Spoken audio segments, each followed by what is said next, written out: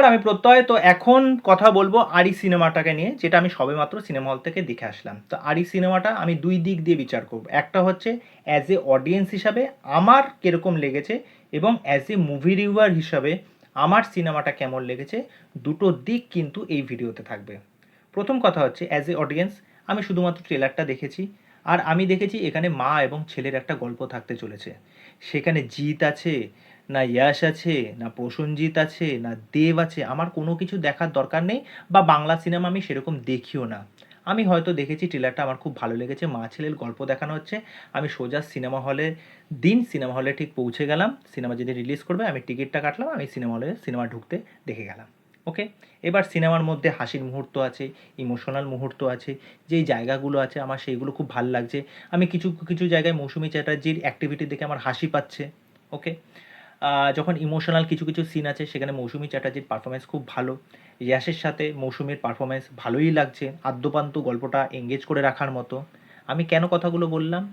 কেননা আমার পেছনে যে সমস্ত অডিয়েন্সরা ছিল তারা কিন্তু থরলি এনজয় করেছে। হাসির মুহূর্তগুলোতে তারা হেসেছে, ইমোশনাল মুহূর্ত যখন এসেছে তারা চুপচাপ ছিল। এবং অডিয়েন্স যখন রিয়াকশান যখন আমি নিয়েছিলাম, তারা কিন্তু প্রত্যেকেই বলেছে কাজটা ভালো লেগেছে, কিছু কিছু জায়গায় ইমোশনাল হয়ে গেছে, তাদের কিন্তু ভালো লেগেছে। তারা কিন্তু এত কিছু বিচার করতে যাবেই না, কথাটা হচ্ছে এই জায়গাতেই। এবার যদি চলে আসি অ্যাজ এ মুভি রিভিউয়ার হিসেবে আমার গল্পটা কীরকম লেগেছে, তো মৌসুমী চ্যাটার্জি একটা রোগে আক্রান্ত।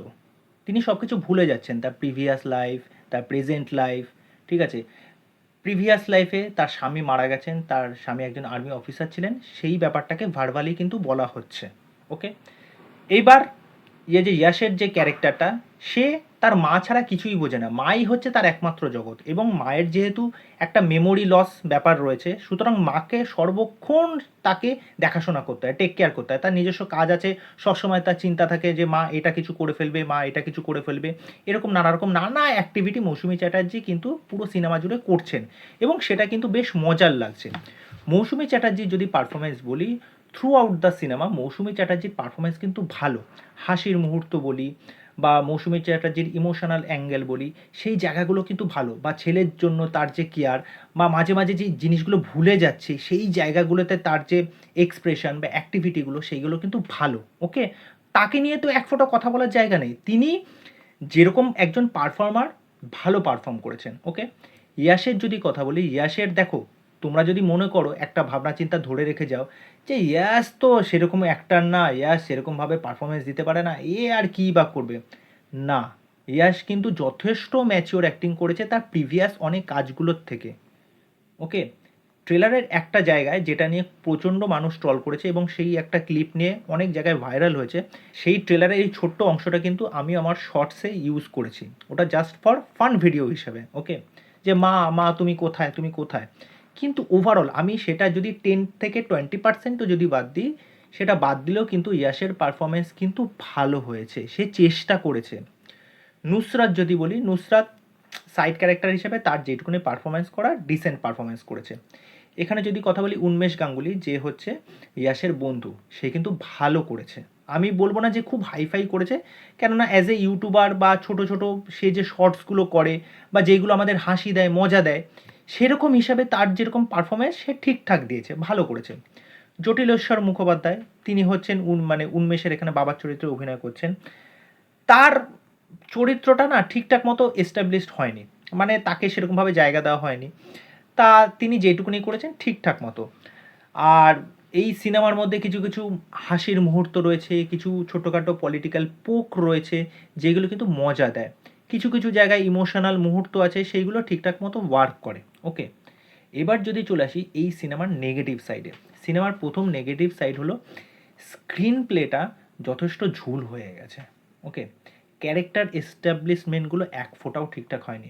মানে একটা সিন চলছে, একটা ইমোশনাল সিন চলছে, ফট করে আরেকটা সিনে চলে গেল, আবার ওই সিনটা চলছে, ওই সিনটা চলতে চলতে আবার আরেকটা সিনে চলে গেল। মানে এরকম পাজেলের মতো হচ্ছে জিনিসপত্রগুলো, মানে মানে জিনিসটা না এমন হ্যাফাজাটলিভাবে দেখানো হচ্ছে, মানে আমি না ঠিক কানেক্ট করতে পারছি না অ্যাকচুয়ালি কী হচ্ছে, এরকম দেখাচ্ছে কেন। আর পরপর যেন মনে হচ্ছে সিনগুলো একটার পর এইটার পর এইটা হবে, এইটার পর এইটা হবে, যেন একদম ছকে বাঁধা, মানে এরকমভাবে পরপর পরপর যেন সিনগুলো বসিয়ে দিয়েছে এরকম লাগছে। ঠিক আছে, ইন্টারভেলের আগে অবধি সিনেমাটা ভালো, কিন্তু কিন্তু ইন্টারভেল পোর্শন একটা হাই মোমেন্ট একটা ক্রিয়েট হয়। তারপরে আমরা মনে করি যে ইন্টারভেলের পরে হয়তো সিনেমাটা একটা ভালো জায়গায় যাবে, কিন্তু ইন্টারভেলের পরে সিনেমাটা প্রচণ্ড স্ট্রেচ এবং লেন্দি মনে হয়। রান টাইম কিন্তু 2 ঘন্টা 17 মিনিট, কিন্তু তার থাকা সত্ত্বেও সিনেমাটাকে স্ট্রেচ করা হয়েছে। সিনেমাটা কিন্তু আরও একটু কম্প্যাক্ট করতে পারত। ওকে, এই সিনেমার যদি গান বলি, গানগুলো যেই জায়গাগুলো প্লেসমেন্ট করেছে ঠিকঠাক আছে, গানগুলো ভালোই লেগেছে, আমি খুব একটা বলছি না। আর এখানে যে একটা তোমার শ্রাবন্তীর যে ডান্স রেখেছে, এটা না রাখলেও হতো, এটার কোনো অর্থই ছিল না। শ্রাবন্তী, যাই হোক, শ্রাবন্তী এখন সব কিছুতেই করছে, সে বাবুসোনাও করছে, সে আবার দেবী চৌধুরানীও করছে, সে আবার এই সিনেমাতে এসে আইটেম সঙ্গেও নাচছে, মানে শ্রাবন্তী অ্যাকচুয়ালি কী করতে চাইছে সে নিজেও জানে না।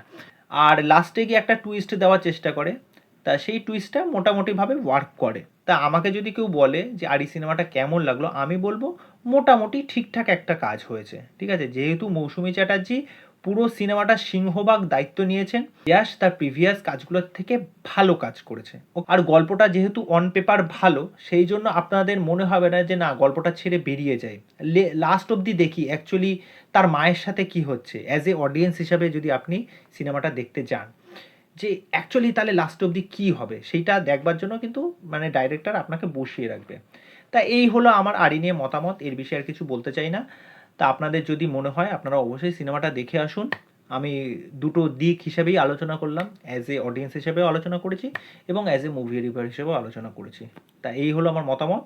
তা এই বিষয় নিয়ে তোমাদের কী বক্তব্য সেটা অবশ্যই আমাকে কমেন্ট করে জানিও। তো চলো, বাই।